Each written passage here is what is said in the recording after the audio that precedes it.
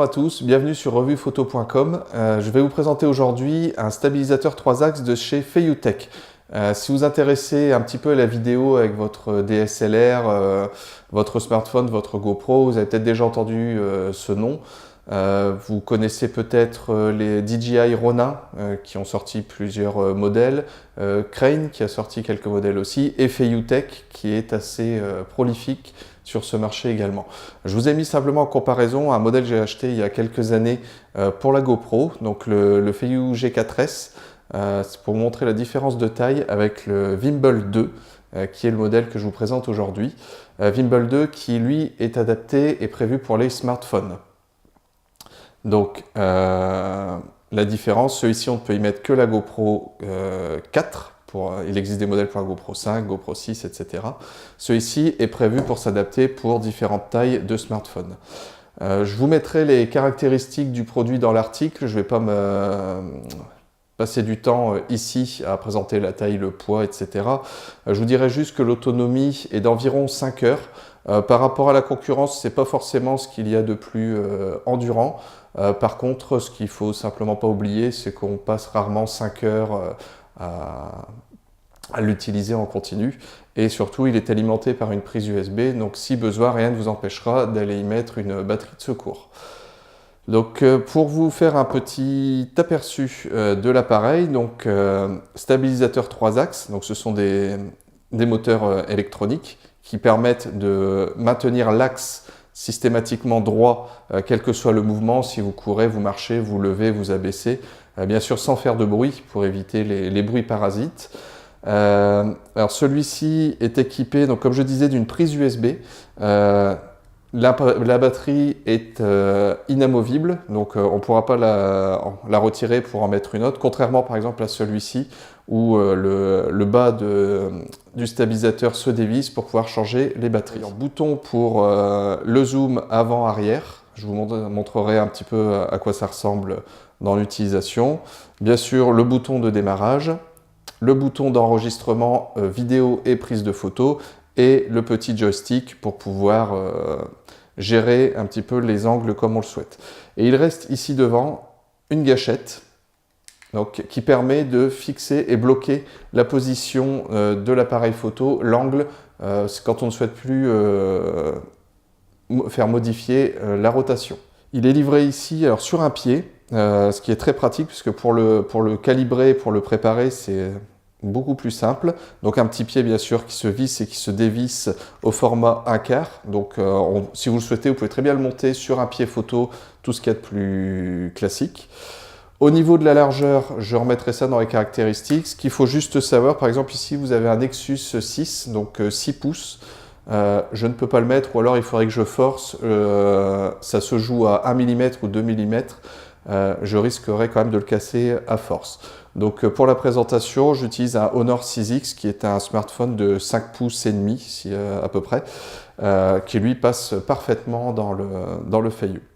Pour calibrer l'appareil, il vous suffit simplement, le mieux c'est de le faire à vertical, d'aller y insérer le smartphone. Oups, je vais y arriver. Il vaut mieux faire ça à deux mains avec une table en dessous ou quelque chose pas trop haut pour éviter de le faire tomber.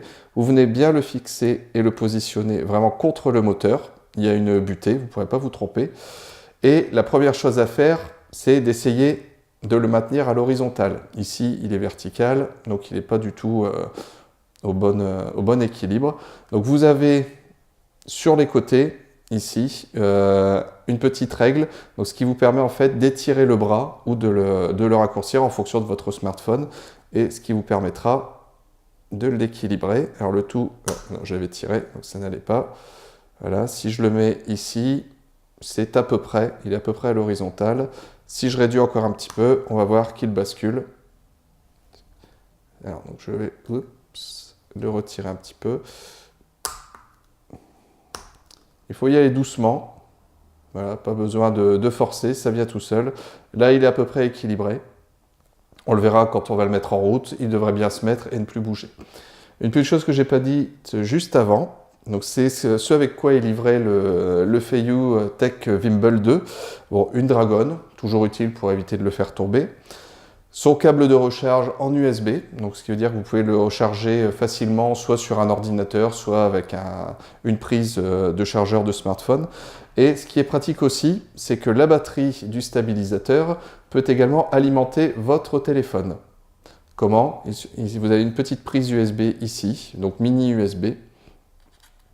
Et le stabilisateur est livré avec 3 mini câbles.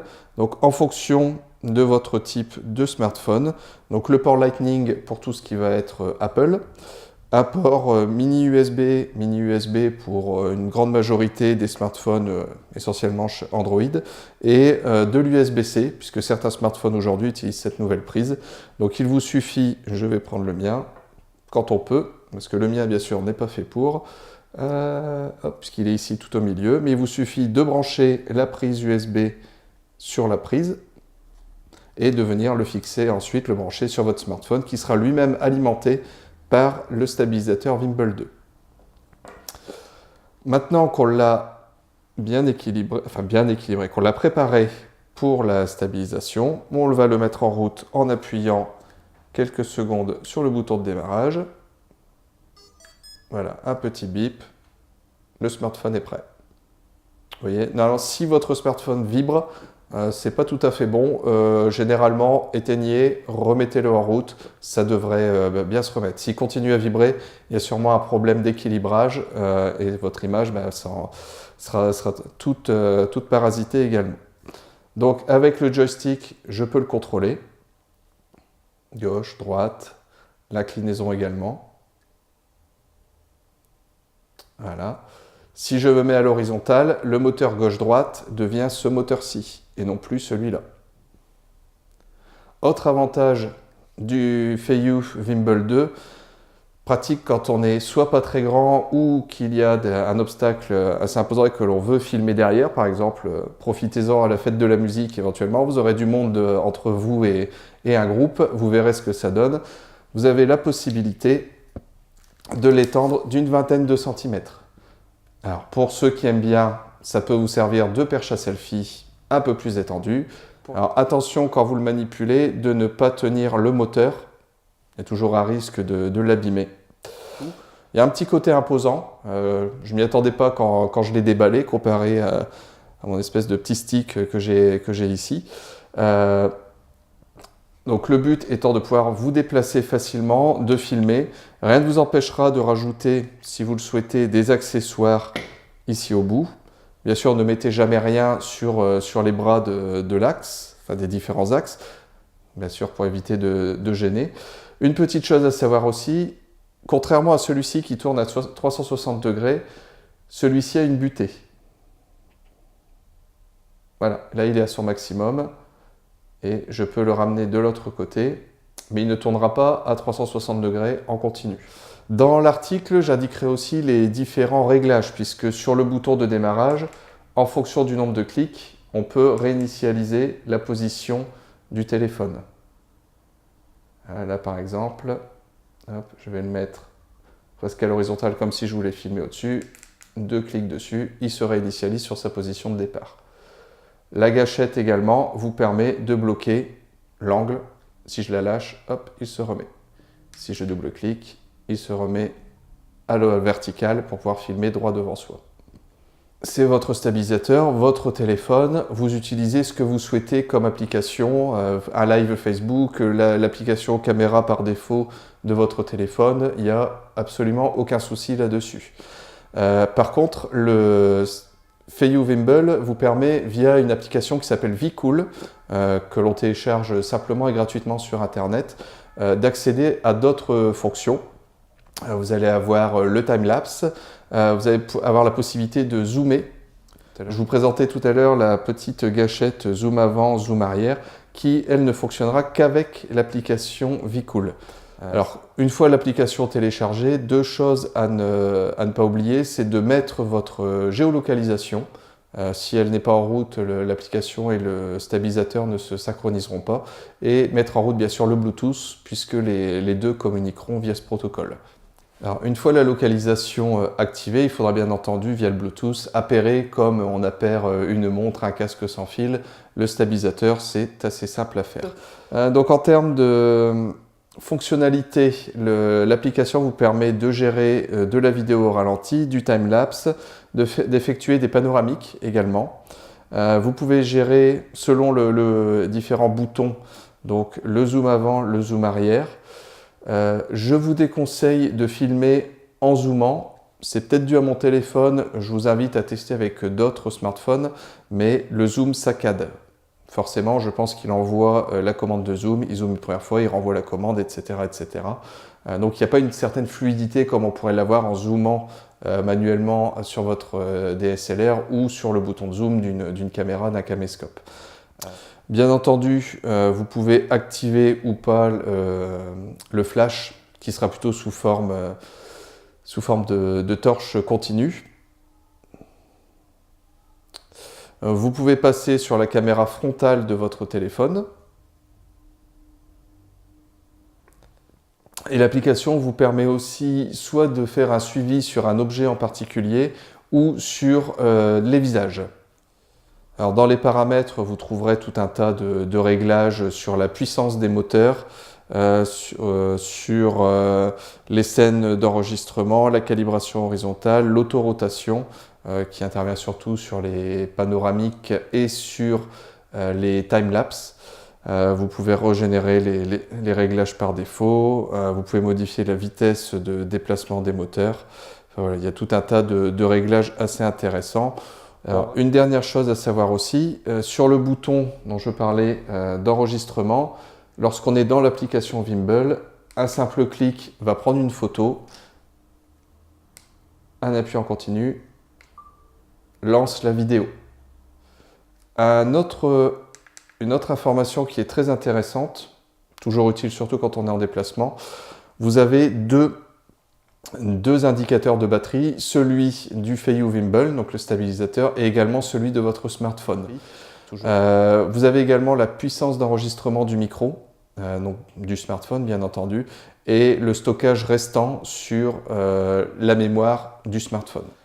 Tout ce que vous allez enregistrer, que ce soit les photos, les vidéos, vont se retrouver enregistrés dans la galerie de votre téléphone. Donc ici, comme c'est un Android, je vais le retrouver dans deux dossiers qui seront créés par le Vimble, un dossier vidéo, un dossier photo, mais je retrouve ça dans la galerie Android. Donc très simple à récupérer et à réexploiter. Dans les réglages, vous pouvez également choisir si vos mouvements se feront uniquement à l'horizontale au niveau de la stabilisation et du joystick, ou si vous souhaitez un mouvement à 360 degrés, donc ce qui vous permettra également de gérer, plutôt qu'aller de gauche à droite, vous gérerez l'inclinaison. Alors quelle utilité? Si vous voulez faire un peu d'Inception, c'est peut-être le bon truc. Après, voilà, chacun son usage. Donc il y a vraiment tout un tas de paramètres assez importants dans l'application. Sans celle-ci, je dirais, la seule chose qui vous reste finalement, c'est uniquement la stabilisation de mouvement pour votre appareil.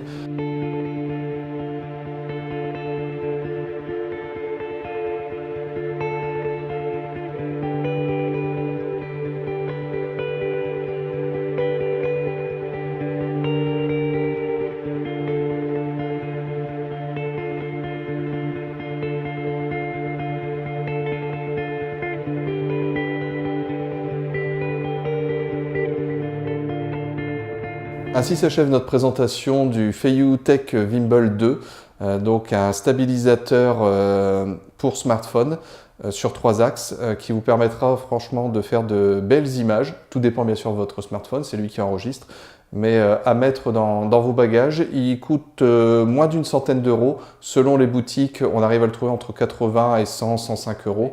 Pour la photo, ça peut être utile, notamment au niveau du déport, si vous avez besoin, puisque vous pourrez la déclencher à distance, donc sous forme perche à selfie. N'hésitez pas à consulter l'article présent sur le site revuphoto.com, sur lequel nous mettrons un maximum de caractéristiques, des photos également de l'appareil, et surtout n'hésitez pas à nous contacter, nous faire un retour si vous avez eu l'occasion de l'utiliser pour nous dire ce que vous en pensez.